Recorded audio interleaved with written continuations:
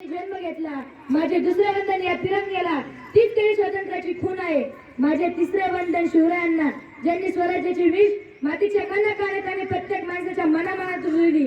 आजच्या आनंदाच्या उत्साहाच्या सन्मानाच्या प्रसंगी आपण 150 वर्षापूर्वी इंग्रजांच्या गुलामगिरीतून मुक्त झालो. अशा या कार्यासाठी अनेक क्रांतिकारकांनी आपल्या संसाराची राख रांगोळी करून स्वातंत्र्याच्या यज्ञकुंडात आपल्या प्राणाची आहुती दिली.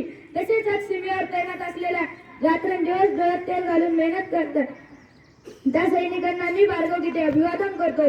जर 15 ऑगस्ट 1947 ला आपल्याला स्वातंत्र्य मिळाले, तर 26 जानेवारी हा सण आपण का साजरा करतो? जसे एखाद्या कुटुंबाला कुटुंब प्रमुखाची गरज असते, तसे या भारत देशाला एका राज्य घटनेची गरज होती.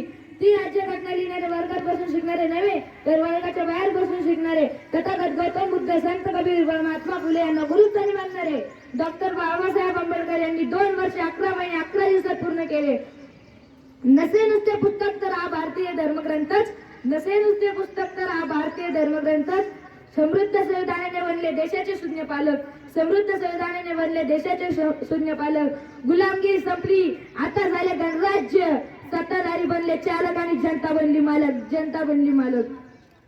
संविधान आपल्या लोकशाहीचा पाया आहे.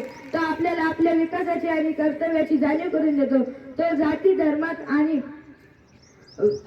धर्मात भेदभाव करत नाही. तो आपल्याला आपल्या विकासाची हमी देते. चला तर मग आपण सगळे येऊन आपल्या भारत देशाला चांगला बनवण्याचा संकल्प करूया. आपल्या पुढच्या पिढीला समतावादी व स्वतंत्र भारत देण्याचा प्रयत्न करूया. आपण आपले कर्तव्य पूर्ण करूया. शेवटी जाता जाता एवढेच म्हणेल, या जन्माचा नजराणा मायभूमीच पेश व्हावा, या जन्माचा नजराणा मायभूमीच पेश व्हावा. तिरंगा माझा गणवेश व्हावा, तिरंगा माझा गणवेश व्हावा. सांडावे रुधिर या मातृभूमीसाठी, सांडावे रुधिर या मातृभूमीसाठी. हर एक जन्मी भारत माझा देश व्हावा, भारत माझा देश व्हावा. भारत